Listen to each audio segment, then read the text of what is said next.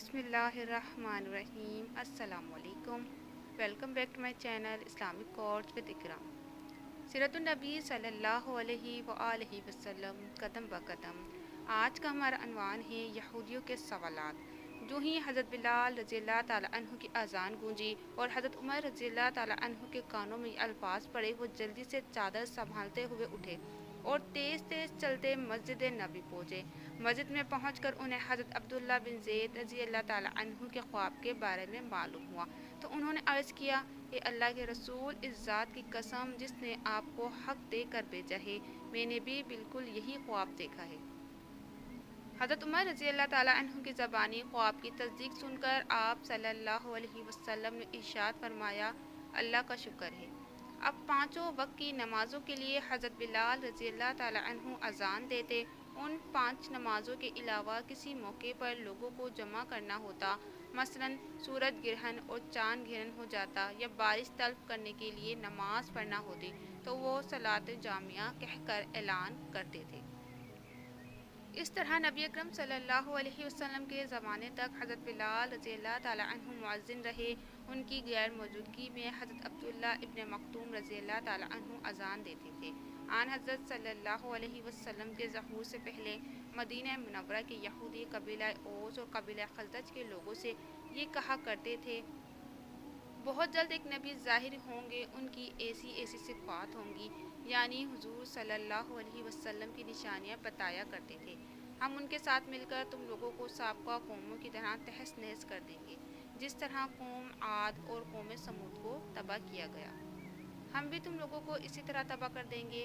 جب نبی پاک صلی اللہ علیہ وسلم کا ظہور مبارک ہو گیا تو یہی یہود حضور پاک صلی اللہ علیہ وسلم کے خلاف ہو گئے اور سازشیں کرنے لگے۔ جب اوس اور خزرج کے لوگ اسلام کے دامن میں آ گئے تو بعض صحابہ نے ان یہودیوں سے کہا، اے یہودیوں، تم تو ہم سے کہا کرتے تھے کہ ایک نبی ظاہر ہونے والے ہیں، ان کی ایسی ایسی صفات ہوں گی، ہم ان پر ایمان لا کر تم لوگوں کو تباہ و برباد کر دیں گے، لیکن اب جب کہ ان کا ظہور ہو گیا ہے تو تم ان پر ایمان کیوں نہیں لاتے؟ تم تو ہمیں نبی کریم صلی اللہ علیہ وسلم کا حلیہ تک بتایا کرتے تھے۔ صحابہ کرام رضوان اللہ علیہم اجمعین نے جب یہ بات کہی تو یہودیوں میں سلام بن مشکم بھی تھا، یہ قبیلہ بنی نذیر کے بڑے آدمیوں میں سے تھا۔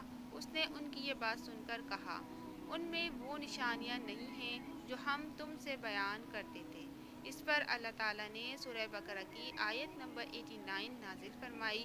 ترجمہ، اور جب انہیں کتاب پہنچی یعنی قرآن، جو اللہ تعالیٰ کی طرف سے ہے اور اس کی بھی تصدیق کرنے والی ہے جو پہلے سے ان کے پاس ہے، یعنی تورات، حالانکہ اس سے پہلے وہ خود اس نبی کے وسیلے سے کفار کے خلاف اللہ سے مدد طلب کرتے تھے، پھر وہ چیز آ پہنچی جس کو وہ خود جانتے پہچانتے تھے، یعنی حضور صلی اللہ علیہ وآلہ وسلم کی نبوت، تو اس کا صاف انکار کر بیٹھے۔ بس اللہ کی مار ہو ایسے کافروں پر۔ اس بارے میں ایک روایت میں ہے کہ ایک رات حضور نبی کریم صلی اللہ علیہ وسلم نے یہودیوں کے ایک بڑے سردار مالک بن سیف سے فرمایا، میں تمہیں اس ذات کی قسم دے کر پوچھتا ہوں کہ جس نے موسیٰ علیہ السلام پر تورات نازل فرمائی، کیا تورات میں یہ بات موجود ہے کہ اللہ تعالیٰ موٹے تازے خبر یعنی یہودی راہب سے نفرت کرتا ہے، کیونکہ تم بھی ایسے ہی موٹے تازے ہو، تم وہ مال کھا کھا کر موٹے ہوئے جو تمہیں یہودی لا لا کر دیتے ہیں۔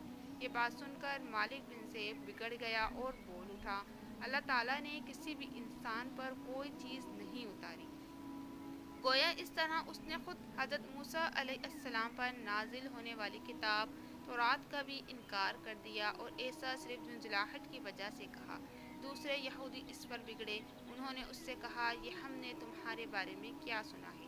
جواب میں اس نے کہا، محمد نے مجھے غصہ دلایا تھا، بس میں نے غصے میں یہ بات کہہ دی۔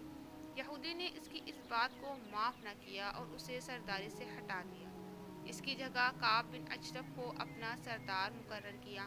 اب یہودیوں نے حضور اکرم صلی اللہ علیہ وآلہ وسلم کو تنگ کرنا شروع کر دیا، ایسے سوالات پوچھنے کی کوشش کرنے لگے جن کے جوابات ان کے خیال میں آپ صلی اللہ علیہ وسلم نہ دے سکیں گے۔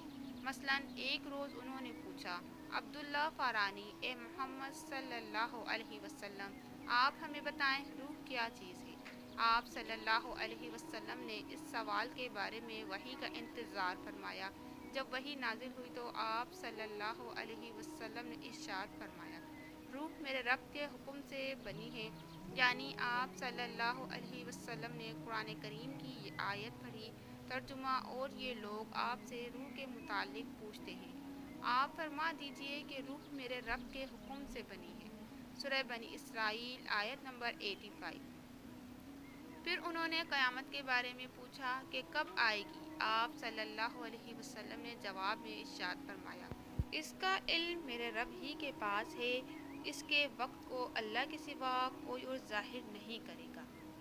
اسی طرح دو یہودی آپ صلی اللہ علیہ وسلم کے پاس آئے اور پوچھا، آپ بتائیے اللہ تعالیٰ نے موسیٰ علیہ السلام کی قوم کو کن باتوں کی تاکید فرمائی تھی؟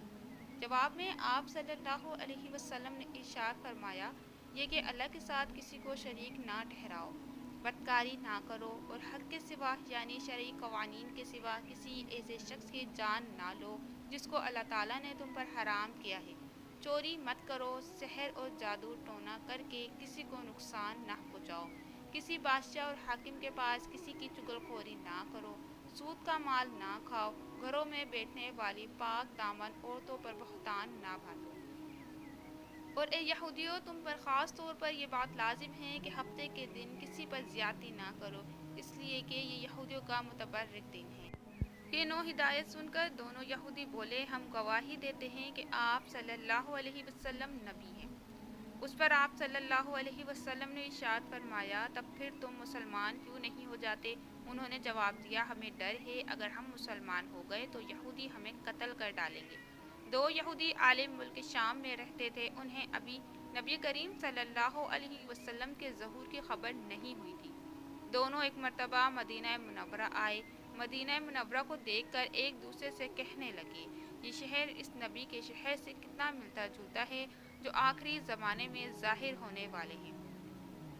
اس کے کچھ دیر کے بعد انہیں پتہ چلا کہ آن حضرت صلی اللہ علیہ وسلم کا ظہور ہو چکا ہے اور آپ صلی اللہ علیہ وسلم مکہ معظمہ سے ہجرت کر کے اس شہر مدینہ منورہ میں آ چکے ہیں۔ یہ خبر ملنے پر دونوں آپ صلی اللہ علیہ وسلم کی خدمت میں حاضر ہوئے۔ انہوں نے کہا، ہم آپ سے ایک سوال پوچھنا چاہتے ہیں، اگر آپ نے جواب دے دیا تو ہم آپ پر ایمان لے آئیں گے۔ آپ صلی اللہ علیہ وسلم نے ارشاد فرمایا، پوچھو، کیا پوچھنا چاہتے ہو؟ انہوں نے کہا، ہمیں اللہ کی کتاب میں سب سے بڑی گواہی اور شہادت کے متعلق بتائیے۔ ان کے سوال پر سورہ آل عمران کی آیت 19 نازل ہوئی۔ آپ صلی اللہ علیہ وسلم نے وہ ان کے سامنے تلاوت فرمائی۔ ترجمہ: اللہ نے اس کی گواہی دی ہے کہ سوائے اس کی ذات کے کوئی معبود ہونے کے لائق نہیں، اور فرشتوں نے بھی اور اہل علم نے بھی گواہی دی ہے، اور وہ اس شان کے مالک ہے کہ اعتدال کے ساتھ انتظام کو قائم رکھنے والے ہیں۔ ان کے سوا کوئی معبود ہونے کے لائق نہیں، وہ زبردست ہے، حکمت والے ہیں۔ بلا شبہ دین حق اور مقبول اللہ تعالیٰ کے نزدیک صرف اسلام ہے۔ یہ آیت سن کر دونوں یہودی اسلام لے آئے۔ اسی طرح یہودیوں کے ایک اور بہت بڑے عالم تھے، ان کا نام حسین بن سلام تھا۔ یہ حضرت یوسف علیہ السلام کی اولاد میں سے تھے۔ ان کا تعلق قبیلہ بنی کنعان سے تھا۔ جس روز آپ صلی اللہ علیہ وسلم ہجرت کر کے حضرت ابو ایوب انصاری رضی اللہ تعالیٰ عنہ کے گھر میں رہائش پذیر ہوئے، یہ اسی روز آپ صلی اللہ علیہ وآلہ وسلم کی خدمت میں حاضر ہوئے۔ جو ہی انہوں نے آپ صلی اللہ علیہ وسلم کا چہرہ مبارک دیکھا تو فوراً سمجھ گئے کہ یہ چہرہ کسی جھوٹے کا نہیں ہو سکتا۔ پھر جب انہوں نے آپ صلی اللہ علیہ وآلہ وسلم کا کلام سنا تو فوراً پکار اٹھے، میں گواہی دیتا ہوں کہ آپ سچے ہیں اور سچائی لے کر آئے ہیں۔ پھر ان کا اسلامی نام آپ صلی اللہ علیہ وسلم نے عبداللہ بن سلام رکھا۔ اسلام قبول کرنے کے بعد یہ اپنے گھر گئے، اپنے اسلام لانے کی تفصیل گھر والوں کو سنائی تو وہ بھی اسلام لے آئے۔ سیرت النبی صلی اللہ علیہ وآلہ وسلم ابھی جاری ہے۔ اگر آپ کو ہماری یہ سیریز اچھی لگ رہی ہو، سیرت النبی صلی اللہ علیہ وآلہ وسلم قدم بہ قدم، تو لازمی ہمارے چینل کو سبسکرائب کر لیں اور بیل نوٹیفیکیشن کو آن کر لیں۔ شکریہ۔